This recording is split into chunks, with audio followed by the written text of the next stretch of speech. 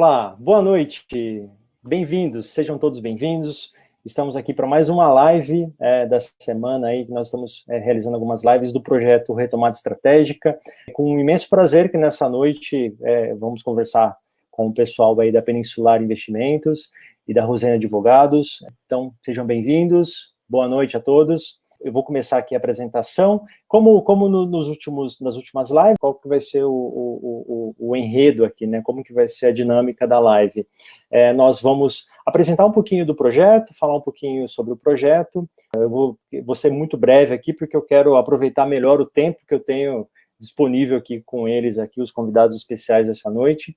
Falar um pouquinho sobre o projeto, o objetivo principal. Eu acho que nós já deixamos bem claro isso nas últimas lives, mas é importante reforçar, né? E depois a gente abre para perguntas no final da live.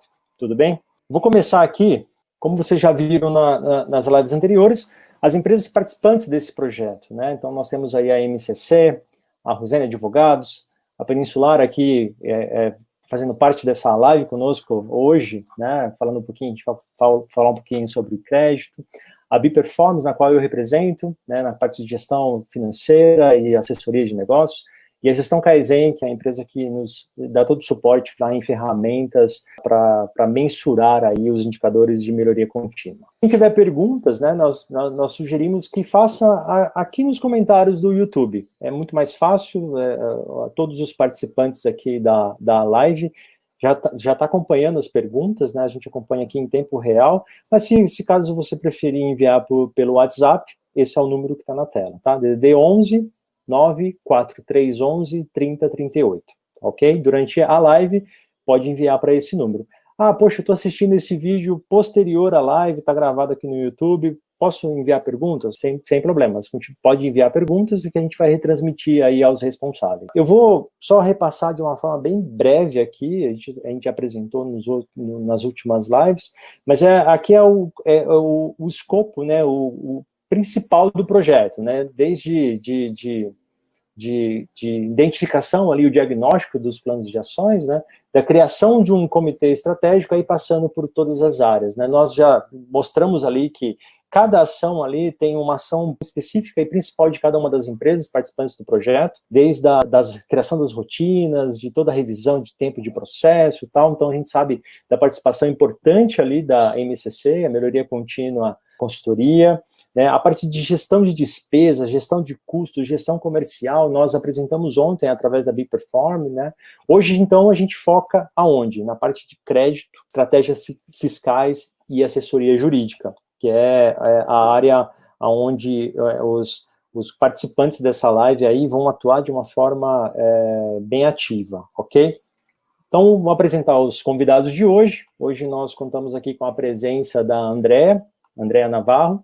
Ela é advogada, especialista em direito empresarial, certificada pela SCCE, sócia da Navarro Franco, Sociedade de Advogados.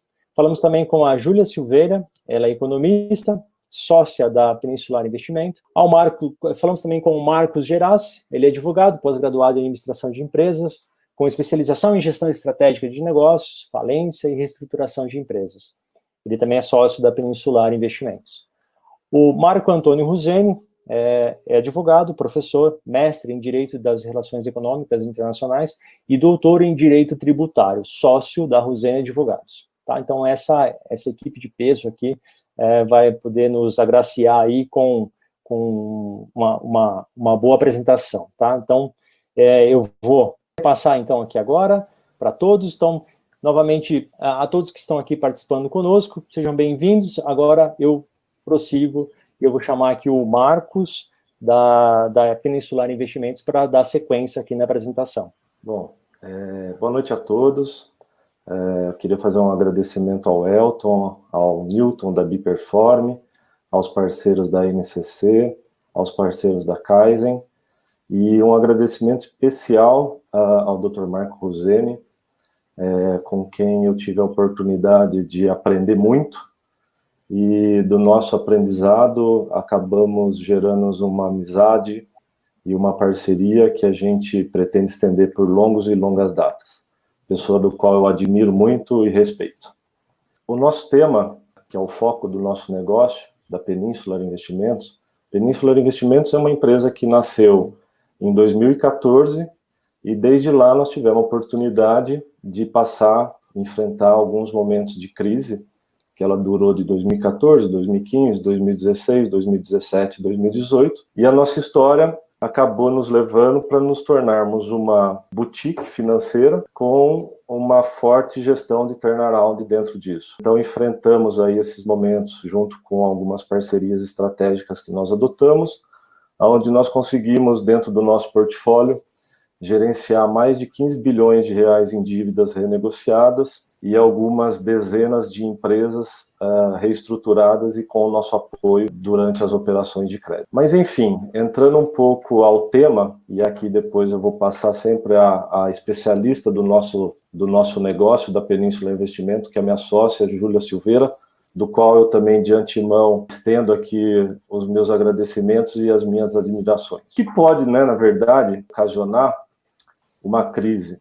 É claro que nós estamos falando de uma crise que está sem precedentes. O Covid-19 nos pegou, obviamente, de surpresa, mas as características que levam, de fato, uma empresa ou um negócio a passar por um momento de crise, que seja ela através mesmo para o enfrentamento de um processo de recuperação judicial, de reestruturação extrajudicial, ou até mesmo de um processo falimentar, ele acaba se tornando, e a gente classifica em 3 fatores.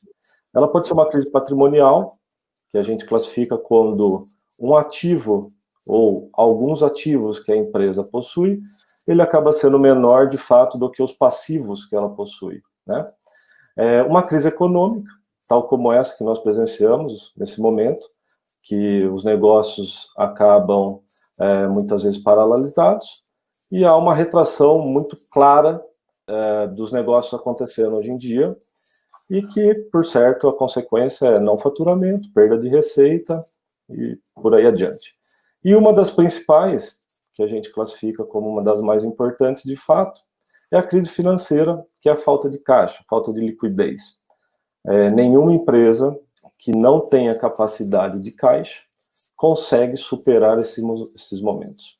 Então, dando sequência a isso, se a gente entrar e entender o que pode fazer uma empresa, de fato, sobreviver e enfrentar esse momento de crise, eu poderia enumerar em diversas situações, algumas delas ontem mesmo, elencadas pelos nossos amigos da Biperform, tal como uma reanálise dos seus processos, dos seus suprimentos, dos seus processos de custos, dos seus processos de produção, mas só focado no nosso tema, que são, de fato, as operações financeiras, a gente classifica que hoje, para um empresário sobreviver a tudo isso que vem passando, e nós entendemos a dificuldade, porque nós vivemos num país onde o ambiente empresarial ele é muito hostil, então hoje um empresário, para passar por esse momento, ele tem que ter dinheiro, ele tem que ter caixa, ele tem que ter liquidez, que pode ser transformado através de diversas operações.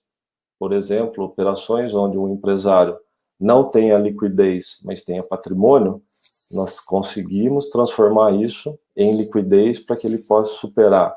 E dentre outros processos que hoje a Peninsular Investimentos tem muita expertise para conduzir. Então, hoje nós centralizamos todos os nossos esforços em operações financeiras que são focadas dentro do programa que hoje acontece do governo federal, somado a todas as outras operações de crédito, operações financeiras convencionais que já existem no mercado tradicional. E para isso eu passo um pouco desse conhecimento, que ele é muito mais específico, da Júlia Silveira, que é minha sócia, e ela vai poder detalhar para vocês, em melhor condições, inclusive, quais são essas linhas e quais são essas condições que hoje o mercado disponibiliza, mas que nós sabemos que é de difícil acesso. Por isso, nosso aconselhamento é sempre buscar uma boa assessoria, que tome-se medidas rápidas, que tome medidas urgentes, para que o tempo não corroa ao que ainda resta. Além disso, busque sempre esses especialistas capacitados, perfil do empresário e perfil das pessoas não estarem acostumadas a lidar com crise. Isso tanto no ambiente empresarial quanto no ambiente pessoal. Então, o nosso aconselhamento é de fato que os empresários que estão passando, e que são diversos, nós vivemos uma crise sem precedentes, um verdadeiro tsunami, e a gente classifica como crise das crises, na verdade. Busque auxílio, mas busque auxílio rapidamente e de pessoas capacitadas. Nós nos colocamos sempre à disposição para levar conhecimento, levar informação correta e levar acesso a todos que necessitam. Vou passar um pouquinho da expertise que é direta da Júlia, minha sócia, economista, formada na Unicamp, que tem muitos anos de carreira no mercado financeiro, e ela vai poder explicar para vocês um pouco do que está disponibilizado hoje para os empresários acessarem. Eu agradeço novamente aos amigos da Biperform, da NCC, da Kaizen, e mais uma vez, especialmente ao Dr. Marco Rosene, da Rosene Advogado. Muito obrigado, estamos à disposição. Olá, boa noite. Primeiramente, é uma honra estar aqui hoje, participando dessa live, nesse projeto para trazer ajuda, né, aos empresários, às empresas que estiverem passando por algum momento de estresse e de dificuldade na busca desses créditos. Falar desse assunto crédito hoje, ele tem um conteúdo imenso para a gente discutir, para nós conversarmos, mas hoje, especificamente, nós vamos falar da pandemia. Nós que estamos nessa ponta, trabalhando com essas operações de crédito para fornecer para as empresas essas soluções mais rápidas, o que nós sentimos, mesmo com a disponibilização dessas linhas subsidiadas do governo federal, os empresários já sentem essa burocracia e eles não podem esperar tanto tempo para finalizar essas operações. Então, o que acontece? Quando se fala que existem essas linhas, nós até elencamos esses produtos, essas linhas de crédito, a análise de crédito, ela continua sendo muito incisiva, muito criteriosa, afinal, estamos passando por uma pandemia, existem alguns acordos e análises de riscos internos em cada instituição financeira que devem seguir essas análises para que o crédito seja um crédito sustentável, mitigar riscos e evitar uma possível inadimplência. Então, o que acontece? Esses empresários, eles ficam naquela angústia aguardando a finalização dessas operações. E quando eles observam, já se passaram 2 meses, 1 mês e meio, e eles não conseguiram, né, alguma linha disponibilizada para suas empresas.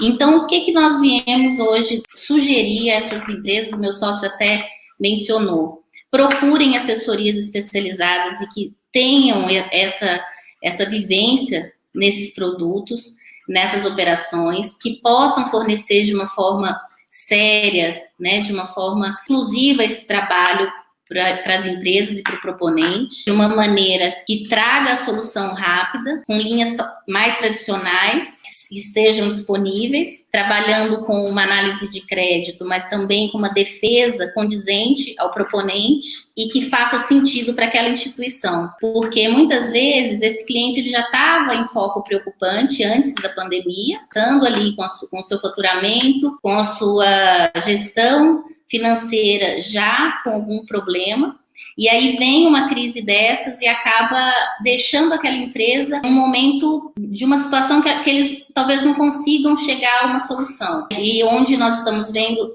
várias empresas fechando por não terem uma gestão adequada naquele momento. Então, essa análise antecipada, esse planejamento, essa estruturação, essa defesa com a situação real desse cliente é imprescindível, porque o que a gente tem que evitar nessa análise e quando a gente vai trabalhar um cliente desse tipo? Evitar erros, porque nós estamos com uma empresa que precisa daquela solução e não tem como aguardar 2, 3 meses, 4 meses para finalizar uma operação. E muitas vezes essas linhas subsidiadas, e nessa pandemia principalmente, elas estão, as esteiras de crédito estão lotadas. Então, nós sugerimos essa busca, né, por um trabalho mais focado nessa assessoria e nessa análise, blindando essa empresa, para que o empresário possa trabalhar e deixar essa situação para que o especialista resolva. E temos aí, quando a gente fala em análise de riscos, o que envolve? a análise de riscos envolve o risco de crédito, o risco de mercado, o risco operacional, a Basileia, que embora nesse momento tenha tido algumas atualizações, ainda assim tem que resguardar, né, o mercado, a confiabilidade, a estabilidade do sistema financeiro, e isso é muito importante para que tudo corra bem dentro daquela instituição e na finalização dessas operações. Então, nós estamos à disposição para trabalhar e para buscar soluções para essas empresas que estiverem necessitando, nesse momento, dessas operações de crédito. E, mais uma vez, eu agradeço a participação nessa live, nesse projeto. Espero contribuir e se tiverem perguntas, alguns questionamentos que nós possamos falar dessas operações, desses alongamentos, porque às vezes as parcelas dessas empresas estão muito altas, precisamos alongar, precisamos fornecer capital de giro, operações com garantias.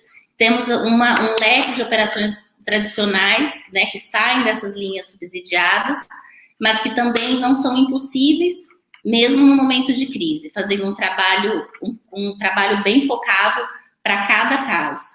Muito obrigada, boa noite. Vou passar para o Dr. Marco Ruzeni e, mais uma vez, obrigada. Obrigado, Júlia. Boa noite a todos. Agradeço mais uma vez a presença aqui de todos vocês que estão nos acompanhando ao vivo. Elton, obrigado aí por sua condução, como sempre. Marcos, um prazer estar contigo aqui nessa live, não é? Podendo tratar de assuntos tão relevantes para esse momento. Doutora Andréia também, que daqui a pouco vai contribuir conosco aqui através dos seus conhecimentos. Bem, eu queria aqui fazer uma breve introdução da questão jurídica, como nós tratamos no âmbito desse projeto todo. E é importante, né, para quem não assistiu outras lives durante essa semana, mesmo na semana passada, esse projeto ele tem uma metodologia que nós procuramos seguir em todas as áreas que estão agregando valor ao trabalho. Partimos sempre de um diagnóstico, não é? Para que através desse diagnóstico, em cada uma dessas áreas específicas, no financeiro, como acabamos de ouvir aqui, não é? Para que se identifique quais são as reais necessidades, quais são as situações de urgência e quais são as oportunidades. O trabalho é sempre feito de uma forma customizada, totalmente direcionado, exclusiva. Por quê? Porque cada problema tem a sua característica própria. Então não existe uma receita de bolo específica que você aplica de uma forma genérica. Então isso tudo passa por um diagnóstico muito preciso das reais necessidades, né? E na área jurídica isso também ocorre da mesma maneira, para que, a partir do diagnóstico, recomendações sejam levadas às empresas e aí elaborado um plano para cada uma das áreas, para cada uma das necessidades. E o jurídico ele entra, de uma forma geral, até como respaldo para outras áreas da empresa, para outros trabalhos que são realizados. Porque nós vamos buscar, como eu tive a oportunidade de dizer anteriormente, numa outra live, exatamente formas de trazer dinheiro, fluxo de caixa para as empresas.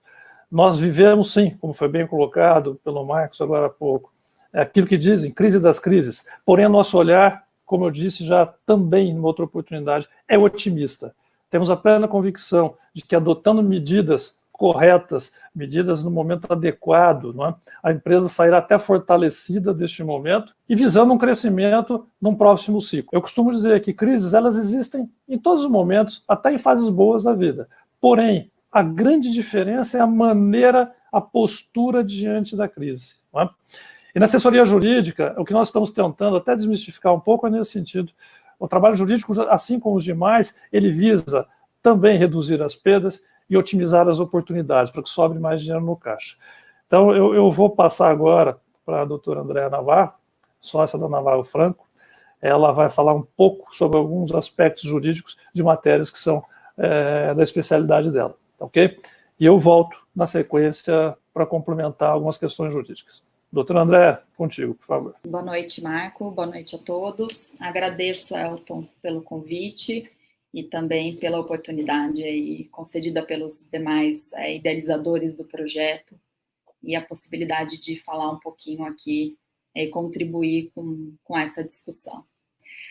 O que eu gostaria de dizer aqui um pouquinho essa noite para vocês é sobre a estratégia jurídica para um desenvolvimento, o aperfeiçoamento e melhor gestão das organizações. E vocês vão me perguntar, mas o que o direito, né, o jurídico, o que ele tem a ver com tudo isso, com essa situação de crise? E eu diria que tudo, porque o direito e o jurídico, através de uma boa estratégia, uma boa análise, um bom mapeamento e um planejamento jurídico, além de você conseguir estruturar a organização, você consegue fazer um planejamento que possibilite tanto a mitigação de riscos, quanto o crescimento da própria organização. Às vezes uma situação de inadimplência, né, um problema contratual, ou uma questão societária agravada, falta de transparência, enfim, e riscos que não são bem analisados e feito um planejamento das ações, eles acabam prejudicando a organização e inviabilizando aí que ela tenha bons resultados. Então, o que eu diria sobre uma boa estratégia jurídica para trazer resultados positivos para a empresa? Basicamente, em relação à minha área de atuação, eu diria sobre um plano de ação, nesse momento, para crescimento e gestão da organização. E o que pode ser avaliado e, na verdade, o que deve ser considerado para isso.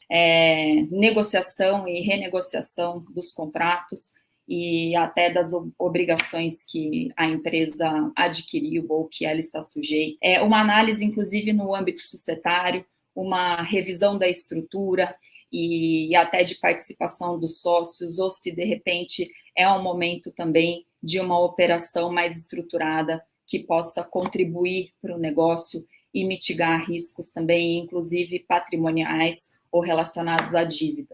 A questão de governança corporativa e compliance, muito importante hoje em dia, porque é necessário que as organizações estejam em conformidade com a regulamentação, tenham bons processos e procedimentos internos, e deem transparência para clientes, fornecedores e investidores. Como isso contribui para a empresa, para que ela tenha valor agregado? Isso contribui porque a empresa que ela é bem estruturada, tem políticas, tem governança e é transparente, ela é uma empresa que tem valor no mercado.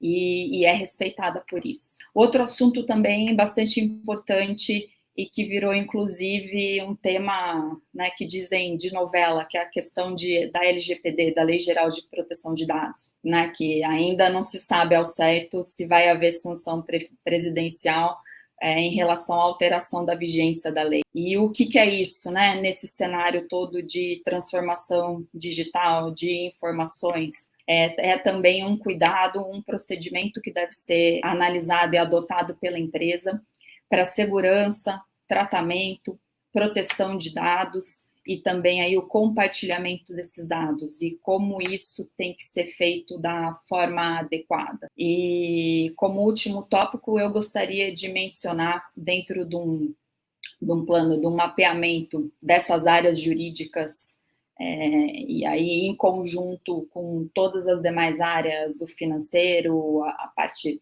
de produção, o comercial, que é também a gestão de riscos, que está relacionada a passivos patrimoniais ou a passivos judiciais e, inclusive, a litígios. E, nesse ponto, eu gostaria de mencionar que o jurídico e o trabalho de um departamento jurídico ou de uma consultoria assessoria, ele não é apenas conduzir e atuar em litígios, ele é muito eficiente em você conseguir identificar quais são as situações de risco, conseguir prever e tomar, e para cada circunstância você delinear quais são as decisões mais adequadas e positivas e que podem aí contribuir para o desenvolvimento e também para a perenidade da organização. Então, brevemente, era isso que eu gostaria de dizer um pouquinho para vocês sobre uma boa estratégia jurídica que possa colaborar aí nesse momento para organização e crescimento das empresas. E eu devolvo a palavra para o Dr. Marco, que vai tratar mais especificamente sobre as questões fiscais e tributárias. Obrigado, pessoal. Bem, dando continuidade, é importante destacar que quando nós estabelecemos alguns pilares, né, algumas linhas mestras no âmbito jurídico. Nós passamos, como o doutor André colocou, por questões de ordem societárias, por questões do corporate, questões de compliance, conformidade, que são fundamentais hoje para que as empresas cresçam de uma forma consistente. Não é? Cada vez mais há uma tendência mundial de que os negócios sejam feitos entre empresas que adotam métodos e regimes de transparência mais efetivos. E hoje nós observamos, inclusive, no mercado de capitais, que cada vez mais esse tipo de empresa ela é valorizada, as suas ações crescem. Então, não é porque a nossa empresa, eventualmente, ela não tenha capital aberto que as práticas não tenham sido adotadas. Muito pelo contrário, é fundamental que se adote as práticas. E isso leva também para o âmbito tributário, que é outro aspecto fundamental para qualquer trabalho de crescimento, de gestão de passivo, administração de crise, ou seja, o nome que cada um queira dar, não é, para a situação atual.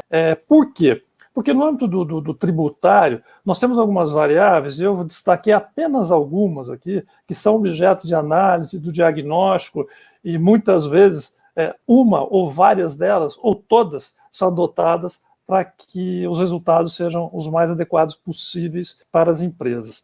Aqui eu cito alguns exemplos de situações no âmbito tributário que têm como principal objetivo gerar caixa para a empresa. A primeira delas, que eu destaco, a revisão do passivo fiscal. Como que eu consigo, através da revisão do passivo fiscal, identificar oportunidades para que sobre dinheiro no caixa da empresa?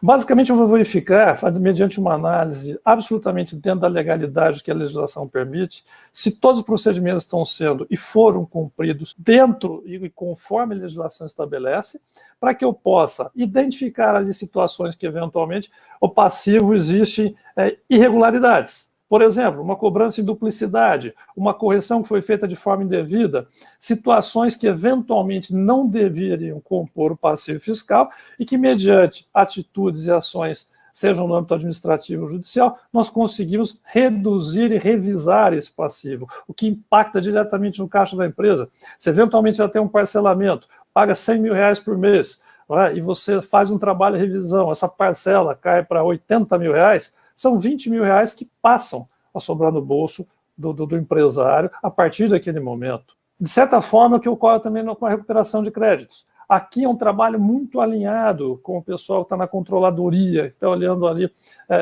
a gestão do financeiro, administrativo, a contabilidade. Por quê? Nós costumamos ver que muitas vezes existem oportunidades que estão ali no arquivo morto da empresa, ou outras que eventualmente decorrem de atualização da legislação, decorrem de situações que o Supremo Tribunal Federal, quando julga as questões tributárias, assegura plenamente direito aos contribuintes. Então, nós procuramos trabalhar com essas situações voltadas exclusivamente a recuperar valores que podem impactar diretamente no caixa. É importante frisar que existe no mercado, às vezes, um certo até preconceito quando você fala em recuperação de créditos tributários. E aqui eu quero deixar muito claro para todos que nos ouvem hoje, não é? Que partilham também de mesmos ideais e estudam o direito tributário. Quando se fala em recuperação de créditos tributários, existem sim algumas oportunidades que são absolutamente sérias e situações que são irreversíveis, situações que, apresentadas da forma correta, o contribuinte não é exposto a nenhum tipo de risco. E são com essas situações que nós procuramos trabalhar. Não se discute teses judiciais, nós trabalhamos com eventos concretos, quando existem. E quando não existem, a análise é feita até nesse sentido, para verificar a otimização dos recursos. Né? Isso é fundamental quando você faz um plano geral de retomada, quando você busca oportunidades em todos os departamentos da empresa para enxugar despesas e deixar mais dinheiro no caixa. Existem também outras oportunidades hoje, algumas delas recentes, inclusive, como a transação tributária. Transação tributária que é realizada mediante a elaboração de um plano de recuperação fiscal. O plano de recuperação fiscal é algo recente sob o ponto de vista da regulamentação da legislação. Não é? Quando se fala em transação tributária, nós já temos a previsão lá no Código Tributário Nacional, que é de 1966, mas a transação foi regulamentada efetivamente, sendo transformada em lei este ano, em abril deste ano. Então, é uma ferramenta fundamental para toda e qualquer empresa, qualquer contribuinte que tenha de fato interesse em buscar a conformidade tributária. Por quê? Porque através da transação, você tem algumas possibilidades, não é, que vão estar refletidas no plano de recuperação fiscal, para que você negocie os seus débitos fiscais, que você obtenha, mediante certas condições, alguns descontos e prazo para pagamento. Então, muitas vezes, esse alívio no fluxo de caixa, em relação também às obrigações fiscais, permite que a empresa tenha recursos para fazer alguns investimentos. E investimentos hoje são fundamentais em determinadas áreas. Por exemplo, você tem uma situação hoje com uma variação enorme do dólar alto. Muitas vezes a empresa vai ter que desenvolver um fornecedor local, e às vezes precisa de recursos para isso. Então, muitas vezes, esse trabalho no âmbito fiscal, que envolve o plano de recuperação, uma transação, ou até um negócio jurídico processual, que é uma situação mais direcionada para empresas que estão em recuperação judicial, mas também uma alternativa muito viável para ajustar e adequar situações de passivo, que às vezes são impeditivas, de uma emissão de uma certidão negativa ou de uma certidão positiva com efeito negativo, que são fundamentais para que no trabalho da gestão financeira você muitas vezes vá a um banco buscar um crédito, ou eventualmente você tem um recebimento de órgão público, precisa desses documentos para poder receber. Então tudo isso faz parte de uma estrutura, de uma análise voltada efetivamente a gerar essa riqueza para a empresa, não é? E não podemos deixar nunca de lado uma análise do contencioso, seja administrativo ou judicial no âmbito tributário. Para quê? Para identificar se ali existem tantas oportunidades para que amanhã a empresa tenha créditos ou eventualmente receba valores pagos indevidamente diretamente do seu caixa, ou se temos situações extremamente de riscos irrelevantes que têm que ser tratadas de uma forma muito técnica e com muita cautela, para que não se torne no futuro um contingenciamento que eventualmente inviabilize o negócio ou crie muitas dificuldades. Então, no âmbito tributário, de uma forma geral, o que eu quero deixar claro para vocês é que existem muitas ferramentas e instrumentos hoje que nos permitem fazer um trabalho que realmente ajuda muito as empresas. E aqui eu sempre coloco, mas com alguma ressalva, a situação de recuperação judicial e extrajudicial, porque o objetivo é evitar chegar nesse ponto. Mas nós não podemos ignorar que esta é uma ferramenta, é um instrumento que eventualmente, e se for de fato necessário, ele pode e deve ser utilizado. Não é um instrumento que você utiliza de uma forma indiscriminada, não é um instrumento que você utiliza sem conhecimento, e não é um instrumento que você utiliza sem elaborar um plano, não é? Que você vai poder executar esse plano de uma forma muito adequada e de mãos dadas com os outros, todos os departamentos das empresas. Esse é um trabalho que você tem que envolver todas as equipes, não é? Mas, efetivamente, se chegar nesse caso, nós também temos plenas condições de poder auxiliar as empresas nesse sentido, não é? E como eu costumo mencionar, sempre a antecipação da decisão, o planejamento, em qualquer área do direito, especificamente, que é o que eu estou falando aqui agora, ele é fundamental para qualquer negócio, para viabilizar qualquer medida preventiva ou até mesmo um plano de ação voltado ao crescimento da empresa ou superação de dificuldades. Né?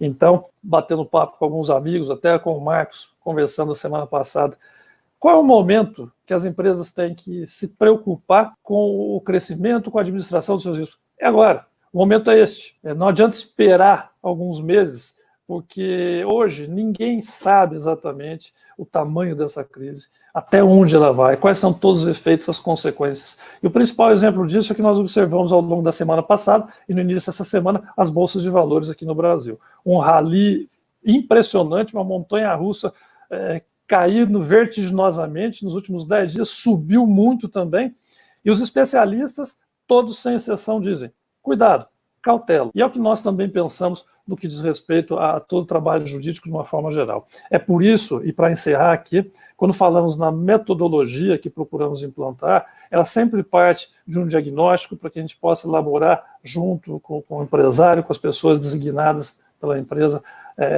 o plano efetivo e executá-lo da melhor maneira possível.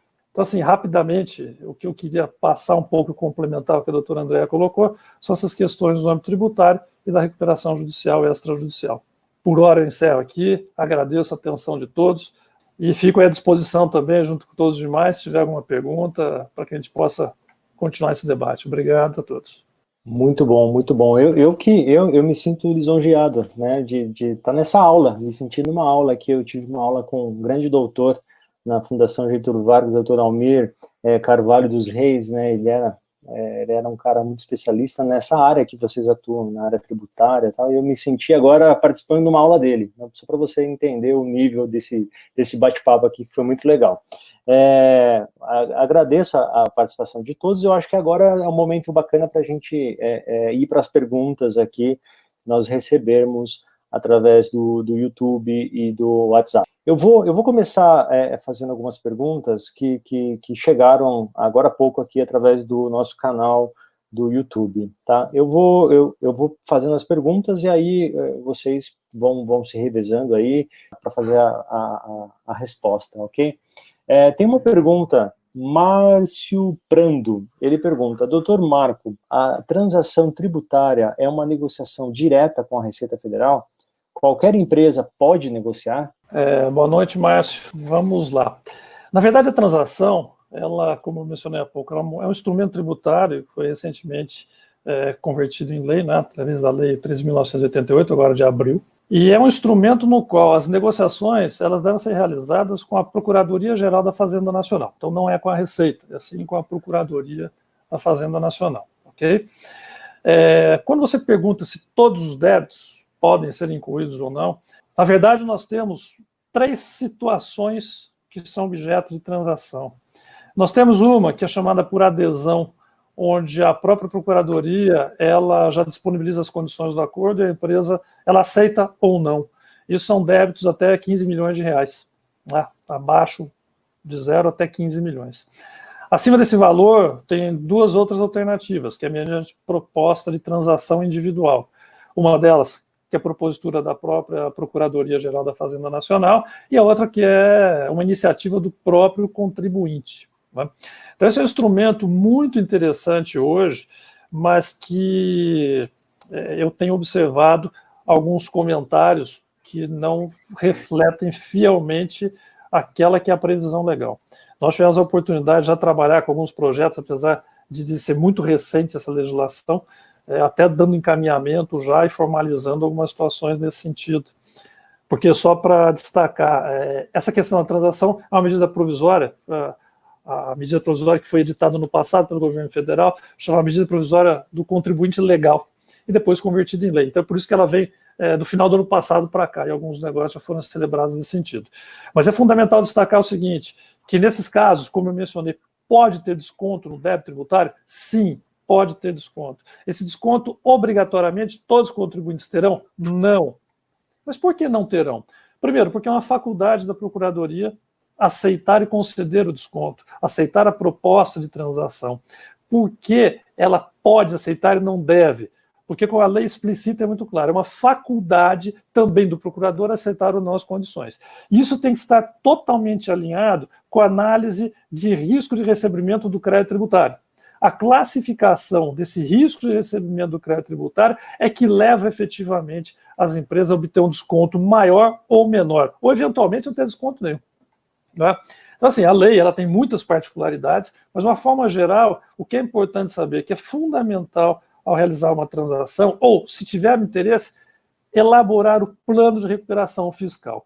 É ali que a empresa vai ter que demonstrar sua capacidade de pagamento, ali que ela justifica por que ela pode pagar 10 e não 15, e por que ela precisa ter um desconto e prazo de pagamento. Não é? Tudo isso está voltado a um objetivo que é muito semelhante da recuperação judicial, que é manter o quê? Manter as empresas ativas, preservar empregos, ou seja, é uma lei, né, que foi muito bem recebida no sentido de que ela ajuda de fato os contribuintes que têm interesse em equacionar também as suas questões fiscais. Não é? Então, assim, de uma forma bem geral, Márcio, isso que é importante saber nesse instante em relação à transação. Mas existe, como eu mencionei, muitas particularidades e aí tem que tratar caso a caso. Não é? Eu vou intercalando aqui entre perguntas vindas do YouTube e do WhatsApp, tá? Só para poder ser justo aqui nas respostas, né? É possível realizar operações de capital de giro sem garantias para as empresas? Olá, boa noite. Então, existem, sim, operações sem garantia, com capital de giro, mas nesse momento, né, dessa crise, para que um cliente consiga uma operação sem garantia somente no aval, esse cliente ele já teria que ter um relacionamento na instituição financeira, um bom relacionamento, né, com operações bem consolidadas, com pagamentos em dia, com um rating bom, um score bom, com faturamento condizente com a capacidade creditícia dele. E para que isso seja possível, essa empresa ela tem que estar, né, com um histórico, um bom histórico. Não adianta um empresário hoje falar que precisa de um crédito sem garantia, sem que ele tenha capacidade e um histórico para isso, né?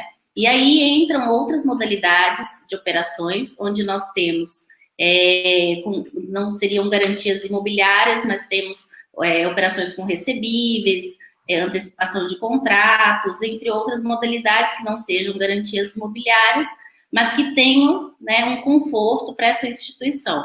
Mas a análise para essas operações, são análises bem criteriosas, justamente para mitigar o risco. E nesse momento da pandemia, acaba sendo muito remota a chance, né, de uma operação simplesmente no aval, principalmente se a empresa já tiver num foco preocupante, com operações em atraso, enfim. Então, aí nós temos que trabalhar numa gestão, elaborar um planejamento para buscar linhas condizentes com a situação que ela esteja passando. É isso. Legal. Eu vou aproveitar o gatilho dessa pergunta e já seguir com uma próxima aqui, vinda pelo WhatsApp também, que eu acho que faz muito, muito sentido em você poder responder para a gente, Júlia, por favor. Quais as principais dificuldades no momento atual de conseguir uma linha de crédito? Justamente a queda no faturamento, né, que foi algo, nesse primeiro momento da pandemia, o faturamento dessas empresas, até empresas que estavam saudáveis, tiveram um faturamento anual em 2019 excelente, tinham um planejamento para 2020 com grandes expectativas, com grandes negócios. Esses clientes, mesmo assim, foram pegos de surpresa, né? E esse faturamento, temos empresas no escritório que faturavam 30 milhões em janeiro, fevereiro, em março e abril caiu para 18. E esse impacto impossibilita, numa análise emergencial, a instituição ela vai fazer uma análise criteriosa e verificar e focar nessa capacidade creditícia. Então, esse cliente, né, hoje temos operações de atacado, que envolve o corporate, o middle markets, e temos as operações de varejo para os clientes médios e microempresas, né, pequenas empresas. Então, o que vai dificultar de fato a tomada desse crédito é justamente essa capacidade creditícia, essa queda no faturamento impossibilita muitas vezes a finalização do crédito. E também, né, como o Marcos falou, meu sócio no início, a falta de um patrimônio nesse momento de crise, vai fazer uma falta imensa, porque empresas que possuem uma relação de bens, né, um patrimônio com garantias reais, ela na hora de fazer uma operação, buscar uma operação de crédito, ela vai conseguir muito mais fácil finalizar e conseguir esse crédito para a empresa desse cliente do que uma outra empresa que não tenha nenhum tipo de garantia real, somente recebíveis, contratos, enfim. Então, o faturamento e a liquidez é imprescindível na hora da finalização e da aprovação desses créditos. Legal, Júlia. Tem outra pergunta aqui, eu não quero abusar, mas eu acho que já estou abusando, eu vou fazer outra pergunta, eu acho que é para ti também. Chegou pelo WhatsApp, tá? Como o compliance e processos bem estruturados podem facilitar as negociações com instituições financeiras? Bom, como nós falamos, né, durante a live, até o Andréia e o Dr. Marco, eles mencionaram, hoje o compliance, ele envolve várias situações internas daquela empresa. Então, o que acontece? Quando a gente coloca uma operação, estrutura uma operação para uma instituição financeira para buscar um crédito, seja uma operação com garantia ou não, ou com antecipação de recebíveis, enfim, esse compliance, essa instituição, ela tem que respeitar, né, essas regras internas. Muitas instituições têm normativos internos próprios e normativos, como eu mencionei, o Acordo da Basileia, que é mundial, né, internacional, que justamente para proteger o sistema financeiro. Então, esse compliance, ele é praticamente obrigatório quando uma operação é introduzida na instituição, ele é visto como quase que uma obrigação dos analistas ali de riscos e que estão na ponta para a finalização dessa operação, vão ter essa estrutura e essa análise muito correta, né? Envolvendo todos os pressupostos para que essa operação não venha, num futuro próximo, o cliente ficar inadimplente. É isso. Legal. O nosso tempo já está um pouquinho estourado. Eu tenho várias perguntas aqui em aberto ainda, mas eu acredito que até para que a gente possa se reunir novamente, né, para ter essa aula que nós tivemos aqui hoje, eu acredito que a gente pode deixar isso até para uma outra ocasião. Tem uma última pergunta aqui, que agora eu lendo aqui, eu queria finalizar com o doutor Marco Ruzeni, referente eu acho que a pergunta está feita no YouTube e também foi feita pelo WhatsApp, eu acho que elas se casam aqui. Vamos responder essa última pergunta para a gente finalizar. Tá? A pergunta do Márcio Ferreira, ele pergunta para o Dr. Marco: temos como verificar se estamos recolhendo impostos, se estamos recolhendo de impostos, é o valor correto a recolher. E aí, complementando com a pergunta do WhatsApp, ela diz o seguinte: como posso fazer a revisão de débitos tributários parcelados se a empresa fez uma confissão de dívida? Eu sei que são temas distintos, mas elas se encontram aí, né, nessa resposta. Com certeza. Ambas estão diretamente relacionadas. Respondendo à pergunta do Márcio, sim, é possível. Esse trabalho é feito, inclusive, em conjunto com a Biperform. Está dentro desse escopo todo verificar se o regime tributário adotado é o mais eficiente, porque tem muitas companhias que adotam um regime tributário que paga-se mais imposto do que deveria. Então, isso é analisado, é verificado se no âmbito das obrigações tributárias, efetivamente, elas são constituídas da forma correta, e se forem, nós temos como verificar se aquela grandeza econômica corresponde ao valor que efetivamente deveria ser pago ou não. Quando efetivamente identificamos que os valores pagos foram a maior, e aí eu já faço um link com a outra pergunta, Elton, ela pode ser objeto tanto de um pedido administrativo, em alguns casos, quanto de um pedido judicial. O que determina uma situação ou outra diz respeito basicamente à natureza desse crédito tributário. Se eu tenho um crédito tributário decorrente de um pagamento a maior, eu tenho um caminho para recuperar esse valor, trazer o dinheiro de volta para o meu caixa. Se eu tenho valores que foram pagos durante anos a maior, mas que eu identifico mediante uma ação judicial que eu tenho direito àquele crédito, é uma outra situação. E tenho também as situações que envolvem os parcelamentos, como foi colocado aí nessa pergunta também. Veja, uma ideia geral, assim, daqueles que não atuam diretamente na área, né, de que você confessou um débito tributário, acabou, ponto final. Fiz o parcelamento, confessei, sou obrigado a pagar. Isso é verdadeiro? Em parte. Por que é verdadeiro em parte? Tem situações de débitos tributários parcelados, inclusive, e com parcelamentos sendo cumpridos, o refis lá de trás, de 2000, PAES, PAEX, refis da Copa, parcelamentos especiais, Lei 11.941, enfim, PERT, PEP no estado de São Paulo, não é? Estou falando de vários parcelamentos. Se você identifica que existe uma questão jurídica, de natureza jurídica, na constituição daquele débito tributário, você não só pode, como deve, pedir a revisão, o que te leva a recuperar valores, muitas vezes administrativamente, não é? E outros você faz um pleito judicial. Então, veja, é diferente, eu não alego que aquele fato que ocorreu e gerou um tributo, ele não existe. Esse fato eu confessei, o tributo é devido. O que se discute é se é o valor que é devido, se eu devo 1, 2, 3, 5, 10 ou 100. Se for se a questão numérica decorrer de uma simples questão jurídica, eu não só posso, como devo, fazer essa revisão. E vou citar aqui para encerrar rapidamente o exemplo. É muito comum essa situação no âmbito de dívidas estaduais. O Estado de São Paulo, durante um longo período, cobrou taxa de juros muito superior àquelas que eram realmente devidas. Se eu tenho um parcelamento, eu confessei um débito, tinha uma taxa de juros aplicada lá pelo Estado indevida, eu posso pedir a revisão e o recálculo para que se aplique a taxa de juros correta. Veja, observe, eu não estou dizendo que aquele débito tributário que ocorreu no mês de fevereiro de 2014 não é devido. Eu estou dizendo, olha, eu devo, de fato, aquele débito tributário decorrente daquela obrigação fiscal. Porém, a grandeza econômica dele foi calculada com juros errados. Então, isso é uma questão legal, não é uma questão de fato. Recalcule com os juros corretos.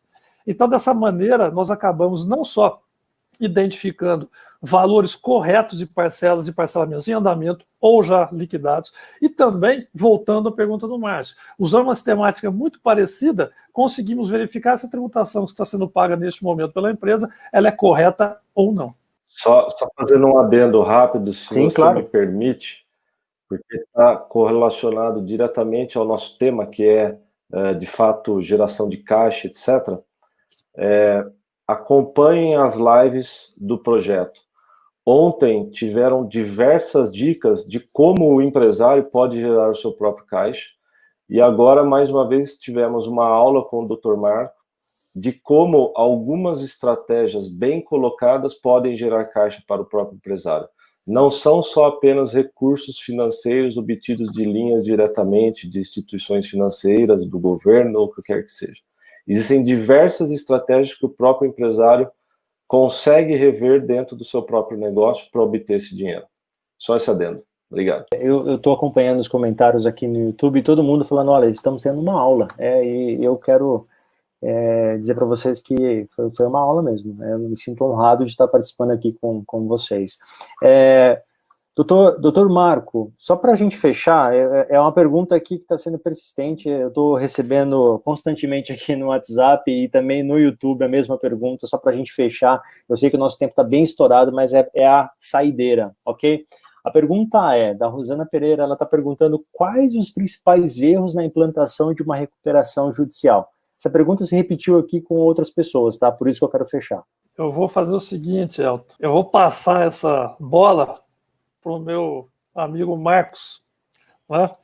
Eu quero ouvir a opinião dele em relação a isso. A minha eu já falei muito hoje. Quero que o Marcos, quero ouvir a opinião dele em relação à recuperação judicial. Ele está muito envolvido com essa matéria, né? Bom, vamos lá. Na verdade, de uma maneira bem simples e rápida, em razão do tempo que já está estourado. O que demanda uma boa condução de um processo de uma recuperação judicial é o que vem antes. É um bom planejamento, uma boa estruturação do plano, uma boa preparação do plano de viabilidade econômica do negócio. Uma empresa, para entrar em recuperação judicial, ela demanda de um fator que é condicionante, que é caixa. Se a empresa entra num plano de recuperação judicial sem caixa, é muito certo de que ela não cumprirá o plano e poderá chegar no processo falimentar. Essa é a forma mais simples e rápida. Doutor Marco, quer complementar? Eu quero só fazer uma breve observação. Eu fico muito feliz, né? Apesar da pouca idade, junto com o Marcos, né? Eu fui professor dele, fico muito feliz de ver nesse momento que o aluno aí está superando o velho professor, né? Foi uma ótima resposta dele, é só essa breve observação. E eu agradeço aos professores por ter ministrado essa aula para a gente aqui, a todos que acompanharam no YouTube, essa live vai ficar disponível aqui no canal.